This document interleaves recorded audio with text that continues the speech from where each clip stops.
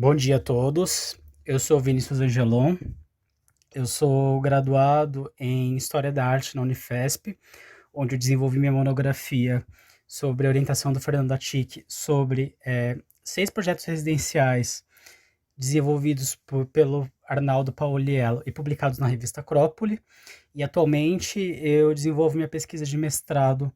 na Faculdade de Arquitetura e Urbanismo da USP, sob a orientação da Mônica Junqueira de Camargo, e o título dessa minha apresentação é Arnaldo Pauliello e a influência das redes de sociabilidade na adoção da arquitetura modernista. Essa ideia corrobora com uma questão suscitada pela pesquisa, que os vínculos firmados pelo arquiteto no começo de sua obra com uma clientela com capitais culturais para apreciar a linguagem modernista, acabaram corroborando para que ele conseguisse adotar a linguagem modernista e se promover através dela neste primeiro momento. No slide seguinte, eu apresento o arquiteto. Essa fotografia foi tirada numa entrevista realizada com ele em 2018. O Pauliello, ele nasceu em Bebedouro, mudou-se para São Paulo no período de graduar-se e se formou no Mackenzie Arquitetura em 1950. No slide seguinte, eu apresento minhas fontes de pesquisa. Além da revista Acrópole e Habitat, onde ele teve alguns trabalhos publicados algumas vezes, eu apresento aqui o arquivo histórico Vandesvevo, da Bienal de São Paulo, onde nós temos alguns trabalhos premiados dele na primeira exposição internacional de São Paulo, mas os dois que eu mais tenho trabalhado são o portfólio comemorativo de 7 anos da construtora Poliello, que abrange parte da sua produção de 49 até 56, onde constam 49 residências, que eu faço o primeiro levantamento para entender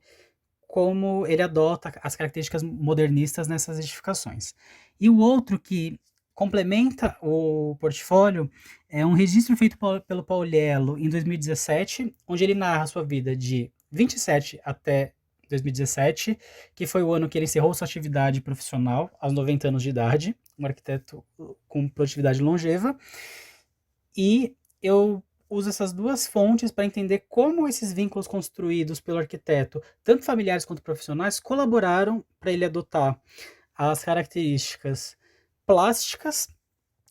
da arquitetura moderna, as características técnicas, porém, a análise de alguns projetos nos mostra que, espacialmente falando, essas residências ainda se mostravam vinculadas e com referências em arquiteturas tradicionais por algumas características, mostrando então suas ambivalências, que foi o que eu ressaltei principalmente na minha monografia.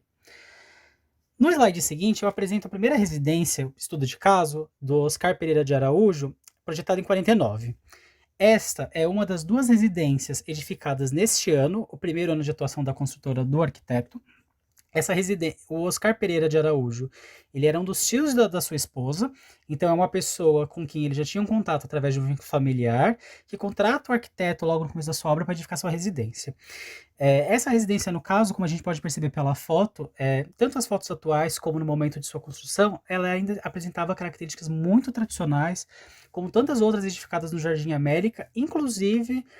semelhantes às casas projetadas pelo Oswaldo Bratic com o Alberto Botti, sendo que o Pauliello fez estágio e aprendeu, né, a construir nos primeiros anos no escritório do Bratic. No próximo slide, eu mostro aqui a residência do arquiteto, projetada em 50. Geralmente, os arquitetos utilizam suas residências como laboratórios para apresentar as suas ideias de o que eles entendem ser uma boa arquitetura. E essa casa ela foi edificada em uma parcela do terreno do seu sogro, do seu futuro sogro, que cedeu uma parte do terreno para ele e ajudou ele a conseguir um financiamento para edificar essa residência. É interessante porque nessa residência nós vemos características como os pátios íntimos e de serviços existentes na planta, como o arquiteto, como ele tinha influência, né, da arquitetura do Bratic, porém, em referência já a uma arquitetura norte-americana, muito comum essa característica no caso dos pátios nas obras do Mies van der Rohe. Na fachada a gente já vê que é uma obra muito limpa, com a presença de materiais naturais, como madeira, tijolos aparentes, um telhado com uma inclinação que já se faz de forro para a construção, típicos dessa linguagem moderna, né, que privilegiava o mínimo necessário. No próximo slide aqui nós vemos a vista da casa a partir do portão, onde nós conseguimos perceber o telhado com inclinação como um telhado borboleta, com duas águas, com um coletor central,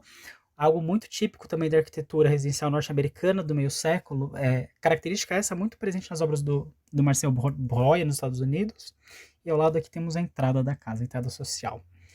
No próximo slide eu apresento a residência do José Pires de Oliveira, já no ano seguinte. Após ele construir a sua residência, ele é contratado pelo sogro e pelo irmão do seu sogro, no caso José Pires, para edificar essa residência em Interlagos. Num terreno muito grande, o José Pires lhe atribui uma liberdade muito grande no projeto, e isso resulta numa casa de grandes dimensões, com uma plasticidade incomum à época, que vai acabar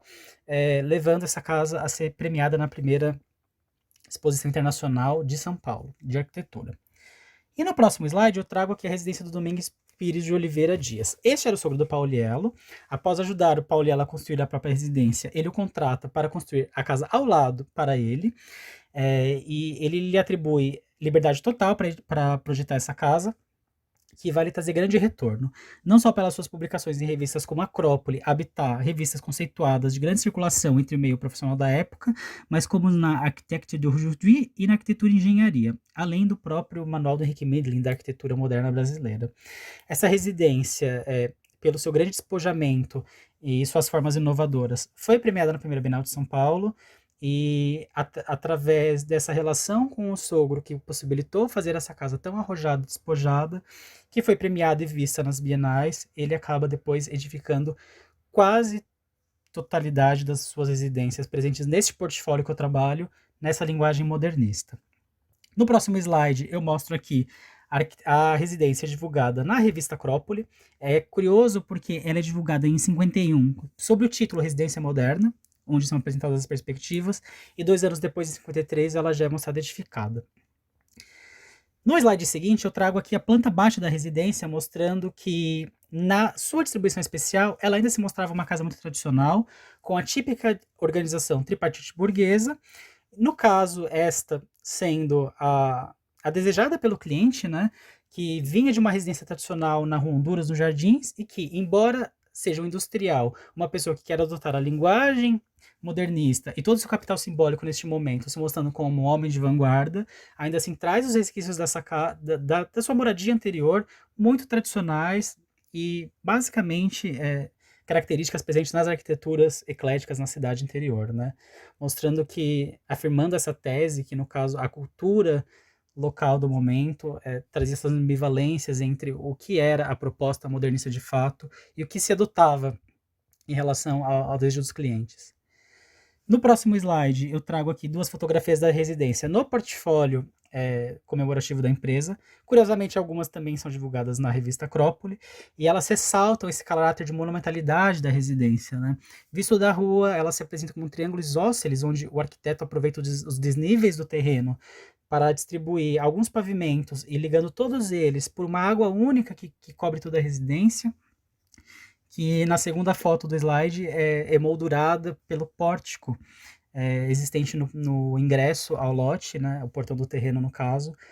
que emoldura essa casa e foi publicado em todas as revistas, trazendo visibilidade para o arquiteto, que em sua trajetória desenvolveu mais de 1.600 projetos, dos quais quase 800 foram edificados, e que é pouco estudado academicamente e pouco conhecido atualmente entre esse rol dos arquitetos modernistas, por ser tido como um arquiteto comercial, mas que, graças a essa rede de contatos, trouxe uma arquitetura muito inovadora para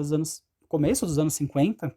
uma época em que a gente percebe que nem todas as arquiteturas edificadas nos periódicos alcançam um arrojo e um despojamento tão grande em relação ao que já era produzido, porém negligenciado pela historiografia arquitetônica. Eu acredito que eu tenha conseguido passar mais ou menos o que tem sido desenvolvido na pesquisa, e eu estou me focando agora em 10 residências que ainda existem, algumas inclusive de parentes dele, e no rol dessas 10 remanescentes, reafirmar entender como esses vínculos familiares acabaram possibilitando na facilidade de adoção dessa arquitetura inovadora no contexto. É isso, obrigado, bom dia.